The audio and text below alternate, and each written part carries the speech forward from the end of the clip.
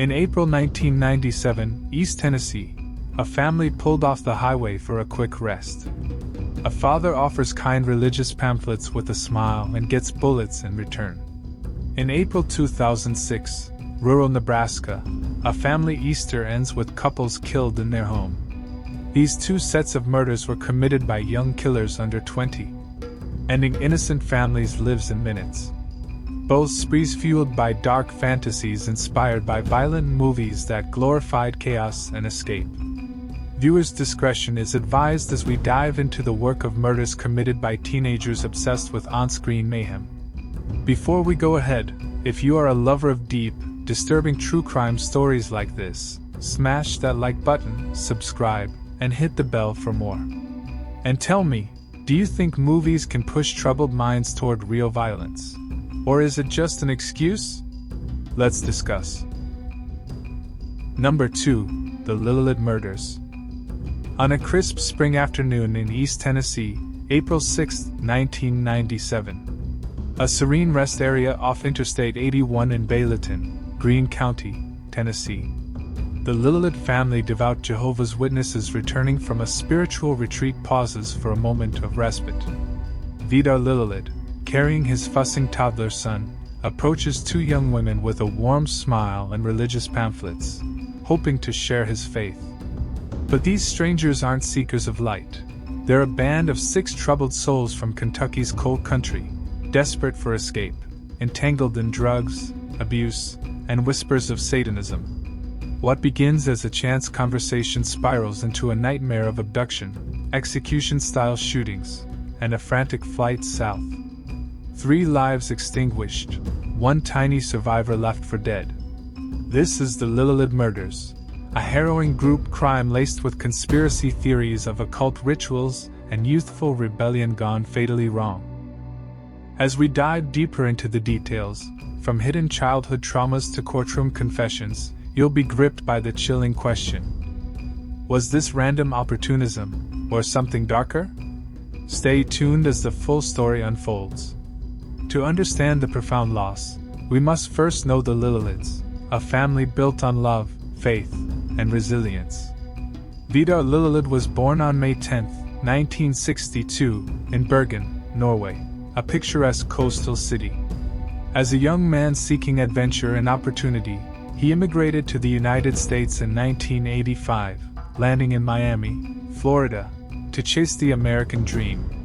There, in 1989, he met Delfina Zelaya, a vibrant Honduran American whose family had fled hardship in Honduras to build a new life. Delfina, born around 1969, carried her own stories of perseverance. She worked diligently, embracing her adopted homeland. The couple married that same year, their union a blend of Norwegian stoicism and Latin warmth. Their first child, Tabitha, arrived in 1990, a bright, energetic girl with curly hair and an infectious curiosity, always eager to explore and learn. 5 years later, in 1995, Peter joined the family, a playful toddler whose arrival completed their circle. By the mid-1990s, the Lillelids had relocated to Powell, a quiet suburb of Knoxville, Tennessee, seeking a peaceful, rural life away from urban bustle. Vidar worked as a bellhop at the Knoxville Hilton, known for his polite demeanor and unwavering work ethic. Delfina managed the home, nurturing their children with hymns and Bible stories. Deeply committed to Jehovah's Witnesses, the family attended services regularly and participated in door-to-door evangelism. On that fateful weekend, they had attended a regional convention in Johnson City, Tennessee, a gathering of fellowship, prayer, and community. As they drove home in their blue Dodge minivan, license plate reading "God is good," Vidar, ever the evangelist, spotted a group of 6 young people loitering nearby, dressed in dark, goth-inspired clothing with piercings and an air of rebellion. Carrying little Peter, who was crying from an ear infection, in his arms, he approached them with a friendly smile, hoping to share his faith and perhaps plant a seed of spiritual curiosity. Vidar approached 2 young women, Natasha Cornett and Karen Howell, with pamphlets saying, "Have you heard the good news? Jesus loves you. It was an act of kindness that sealed their doom. The Lillelids weren't wealthy or famous. They were everyday people whose faith guided every step, making their senseless slaughter all the more heartbreaking. Tabitha, trailing behind, even offered one of them a chocolate from her pocket, a small gesture of kindness that underscored the family's gentle nature. The conversation started amiably enough. Eyewitnesses later recalled seeing the groups chatting without apparent tension, but it was a facade. These youths were not just passing travelers. They were fugitives from their own troubled lives in Pikeville, Kentucky, a fading coal town gripped by poverty, unemployment, and despair. This wasn't a polished criminal syndicate but a group bonded by shared trauma, substance abuse, and a flirtation with the occult that fueled conspiracy theories for years. At the center was Natasha Cornett, born January 26, 1979, to a fractured family. Her parents divorced when she was young. Her mother, Madonna Wallen, remarried, but Natasha alleged abuse by her stepfather claims that it shaped her rebellious path. By her early teens, Natasha was self-mutilating, slashing her arms and licking the blood, abusing drugs like cocaine, ecstasy, heroin, and alcohol. She dropped out of school, forged checks, assaulted her mother, and embraced the goth subculture, black clothing, piercings, and heavy metal music laced with doom.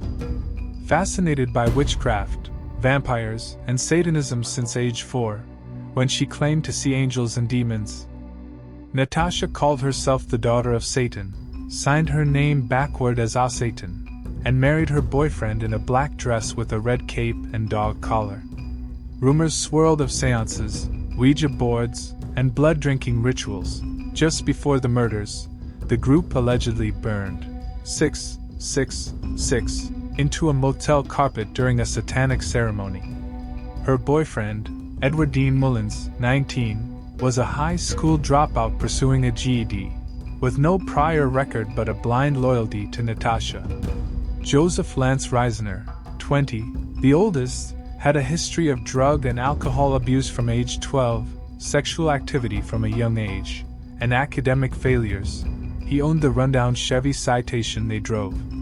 His girlfriend, Karen Renee Howell, 17, endured sexual abuse from ages 5 to 10, leading to self-harm and witchcraft interests.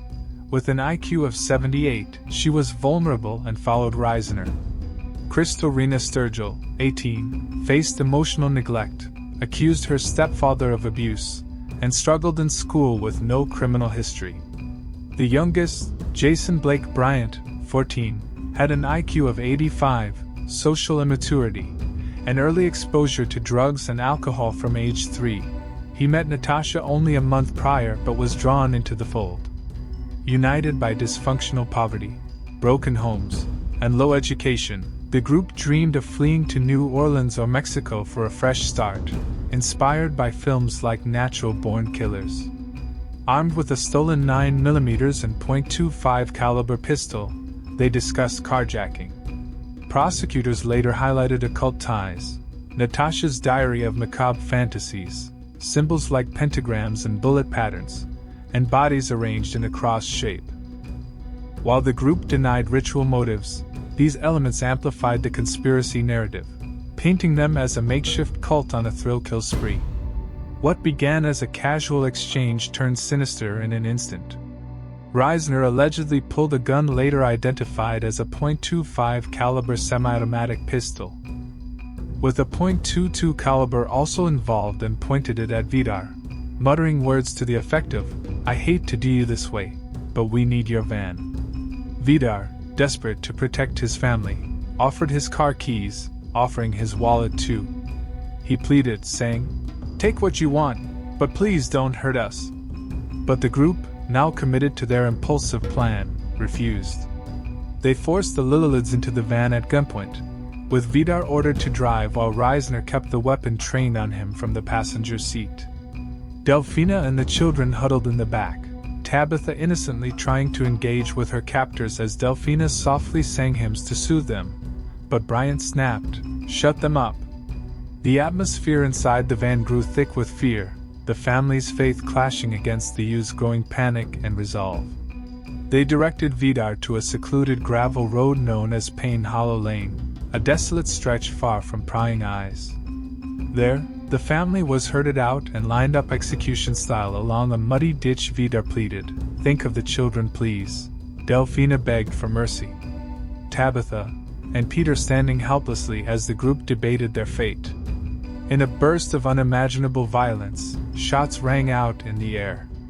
Vidar suffered 6 gunshot wounds, his body riddled in a desperate attempt to ensure death. Delphina endured 8 shots, shattering her arm and thigh. Delphina's wounds were not immediately fatal, and she could have been conscious for as long as 25 minutes, including while her body was driven over by the van. 6-year-old Tabitha was shot once in the head with a small-caliber weapon, with the bullet entering the left side of her skull, traveling downward, and exiting behind her right ear. The wound caused immediate brain death. 2-year-old Peter was shot twice with a small-caliber weapon. One shot entered behind his right ear and exited near his right eye. A second gunshot penetrated his back and exited through his chest. The air filled with the echoes of gunfire and the family's final cries, a scene so horrific that first responders, including deputies, would describe it as the worst they had ever witnessed. Vidar and Delphina died at the scene, their bodies shielding the children as best they could. Tabitha, critically wounded, was airlifted to a hospital but succumbed the next day when her family made the agonizing decision to remove life support. Miraculously, Peter clung to life, found whimpering in the mud by rescuers. Peter survived, but as a result of the shooting, was left with disabilities, which he lived with till today.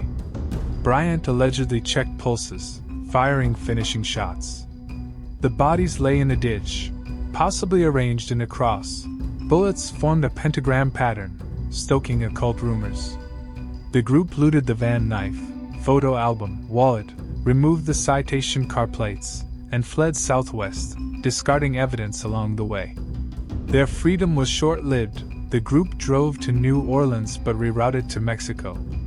2 days later, on April 8, 1997, they attempted to cross into Mexico at the Arizona border, but was denied entry for lacking IDs. They returned, forged documents, and tried again. A confrontation with Mexican police led to a shootout.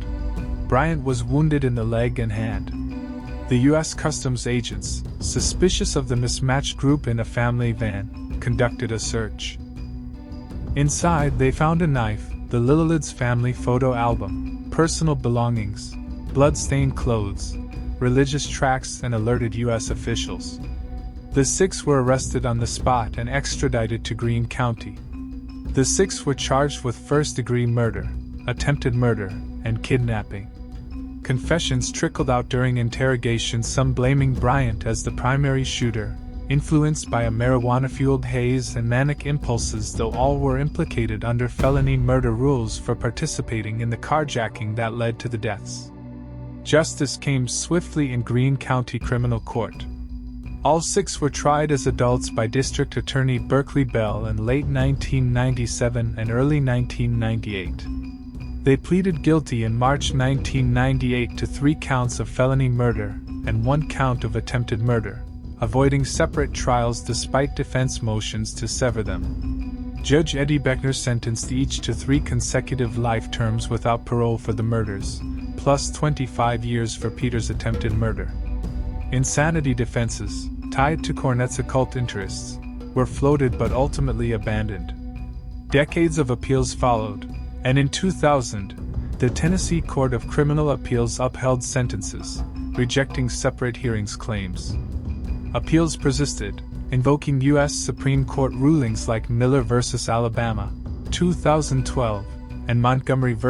Louisiana, 2016, which prohibit mandatory life without parole for juveniles. Bryant and Howell, who were minors at the time, pushed hardest, but Tennessee courts repeatedly denied relief. In 2017, near the 20th anniversary, Sturgill and Howell penned letters seeking forgiveness, with Sturgill reiterating Bryant's role as the gunman amid a day of drug-induced chaos. In October 2022, Howell and others petitioned for fingerprint analysis on guns, arguing Bryant was the sole shooter. But the Greene County judge dismissed it, arguing it wouldn't alter the horrific facts. Most recently, in November 2024, the Tennessee Supreme Court rejected Howell's appeal, solidifying their fates. On August 24, 2001, Cornett and death row inmate Krista Pike allegedly attacked fellow prisoner Patricia Jones, nearly strangling Jones to death with a shoelace after Pike and Jones were placed in a holding cell with Cornett during a fire alarm. As of 2026, all 6 Lillelid murderers, Natasha Cornett, Edward Mullins, Joseph Reisner, Crystal Sturgill, Jason Bryant, Karen Howell, remain incarcerated in Tennessee facilities. The Lillelid murders linger as one of Tennessee's most infamous cases, a stark reminder of random violence's ripple effects. Number 1. The Stock family murders. The murders of Wayne and Sharmon Stock, often referred to as the Stock family murders, occurred in the rural village of Murdoch, Nebraska with a population around 270, in Cass County, about 30 miles southwest of Omaha. Late on Easter Sunday, April 16, 2006, into the early hours of April 17, 2006. This case stands out not only for its brutality, a random home invasion robbery gone wrong that left a beloved couple dead in their beds, but also for the ensuing investigative scandal involving coerced confessions, wrongful accusations, and evidence tampering by a high-profile crime scene investigator. What began as a shocking double homicide in a tight-knit farming community evolved into a national story of injustice, with 2 innocent men spending months in jail, while the serial killers nearly escaped accountability. Wayne Richard Stock was born on August 28, 1947, making him 58 at the time of his death. A Vietnam War veteran serving from 1968 to 1970 as a U.S. Army specialist, earning a Bronze Star and Purple Heart after being wounded, he returned to Nebraska to take over the family farm in Murdoch, which had been in the Stock family for generations since the late 1800s. Wayne expanded it into a successful hay baling operation, farming alfalfa and other crops on hundreds of acres. He was known for his big, infectious laugh, generosity, often helping neighbors with equipment or labor, and love of family gatherings. He enjoyed simple pleasures like reading the newspaper first thing in the morning, drinking coffee, and tinkering with machinery. Wayne had a reputation as a hardworking, no-nonsense man who locked his doors at night out of habit but trusted his community deeply. Sharmon K. Stock, born on July 31, 1951, was 54 years old. Originally from a nearby town, she worked as a teacher's aide at a local elementary school and ran a home-based cake baking business, specializing in decorated cakes for birthdays, weddings, and holidays. Sharmon was described as sweet, thoughtful, and community-oriented. She never forgot a birthday and often baked treats for friends and family. She was deeply involved in her children's lives and was known for her nurturing personality. The couple met in the 1970s, married on June 23, 1973, and built a life together on the farm.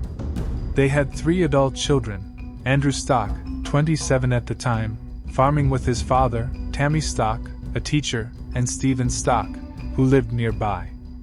On Easter Sunday 2006, they hosted a family gathering at their 2-story white farmhouse built in 1906, with modern updates, like a laundry room addition, and completed with an egg hunt for their grandchildren. The Stocks had no known enemies, no debts, no feuds, no involvement in drugs or crime. Their farm was isolated, set back from a gravel road with no close-by neighbors, which made it an unfortunate target for random intruders. Before we talk about the Stock family murders details and how the young teenagers had their way into their victim's house and nearly escaped justice, let's look at how their crime started instead. The actual killers were 2 young drifters from rural Wisconsin, Jessica Lynn Reid, born October 18, 1988, aged 17 at the time she committed the crime, and James Dean Fester, born March 12, 1987, aged 19 at the time he committed the crime. Reid, from Beaver Dam, Wisconsin, was a former honor roll student whose life derailed after her parents' divorce. She dropped out of school, ran away, and fell into a toxic relationship with Fester. Reid, who was described as manipulative and thrill-seeking, had a history of minor troubles but no violent priors. Fester, from Horicon, Wisconsin near Coloma, was Reid's boyfriend. He came from a troubled home and had a juvenile record for theft and vandalism. The two were unemployed, living hand-to-mouth, and obsessed with a nomadic lifestyle inspired by movies like Natural Born Killers. They had been on a multi-state crime spree since early April 2006, stealing cars, guns, and valuables to fund a trip to Arizona or Mexico. Before the Stock's farmhouse killing, Reid and Fester first stole a red pickup truck from a driveway.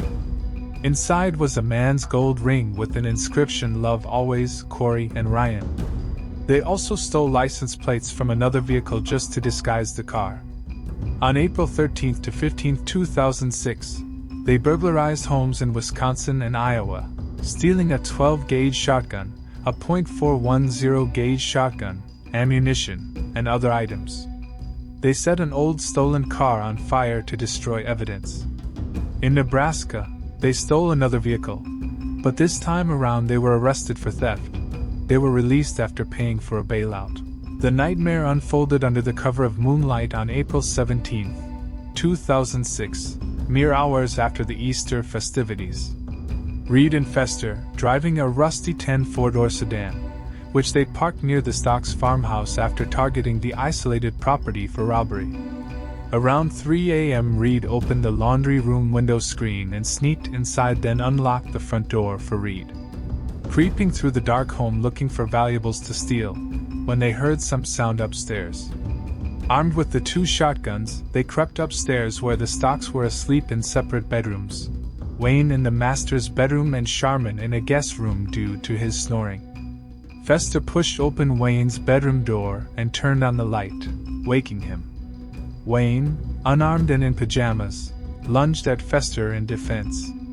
Fester yelled for help while Reid fired her .410 gauge shotgun at Wayne, hitting him above the right eye at close range, disfiguring his face.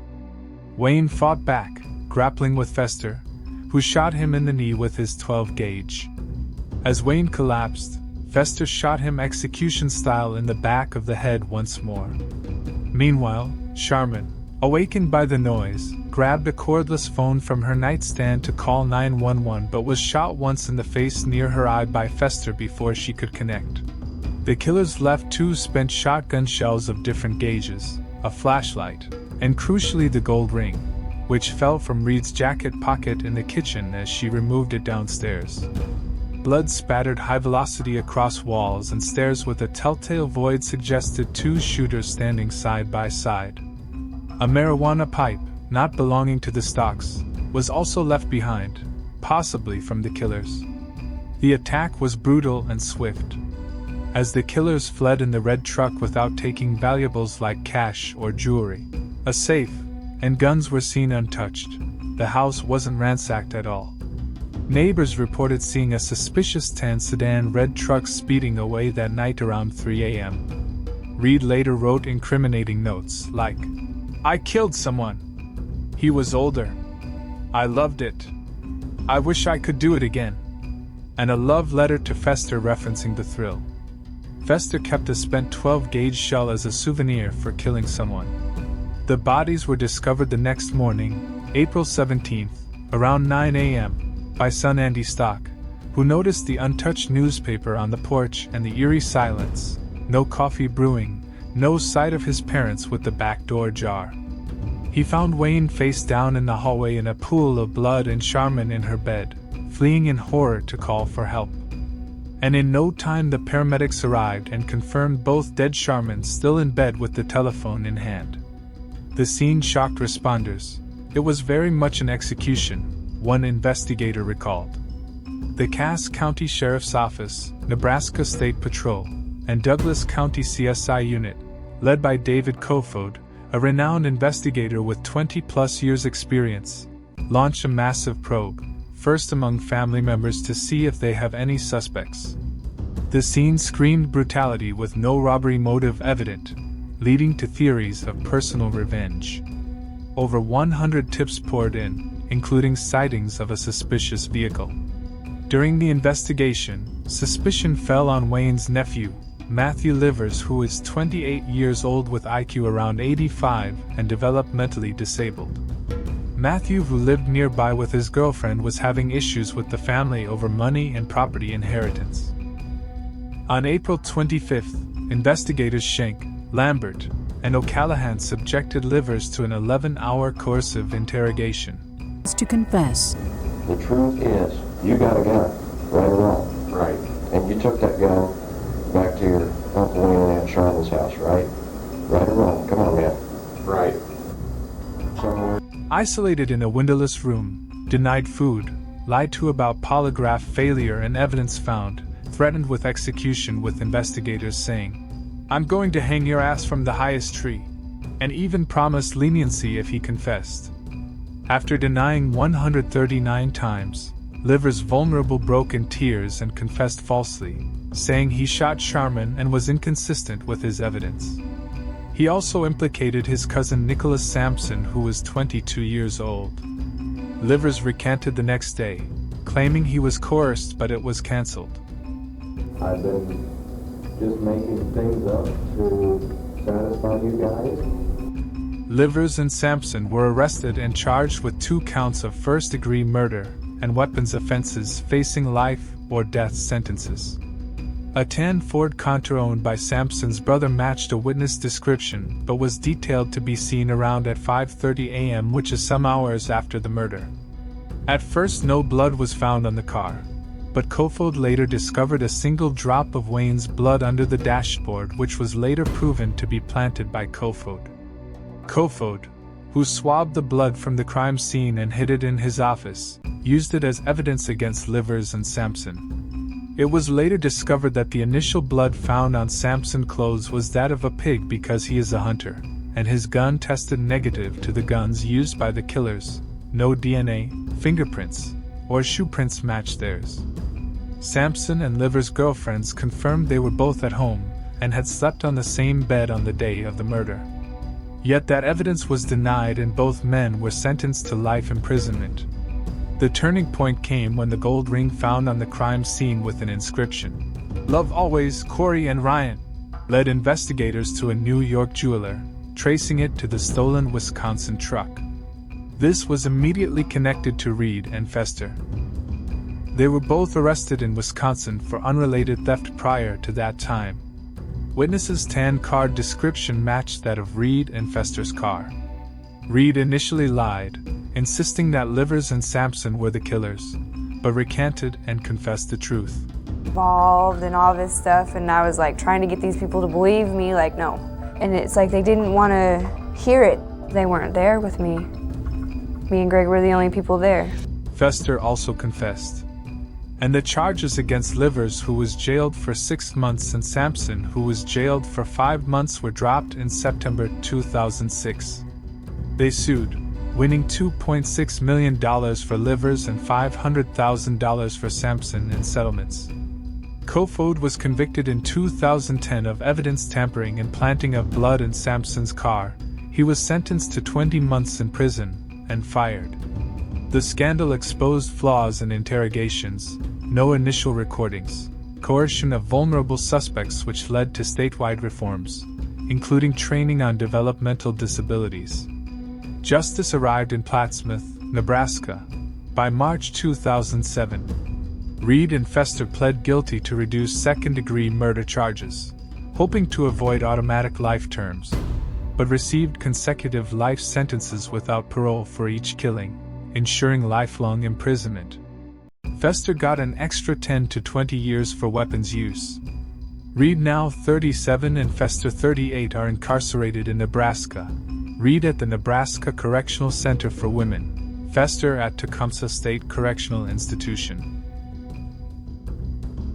If you made it this far, thanks so much for watching, and feel free to share your thoughts in the comments. I would love to read them. Subscribe and share the link to your friends. Thanks once again, and hopefully I will see you on the next one.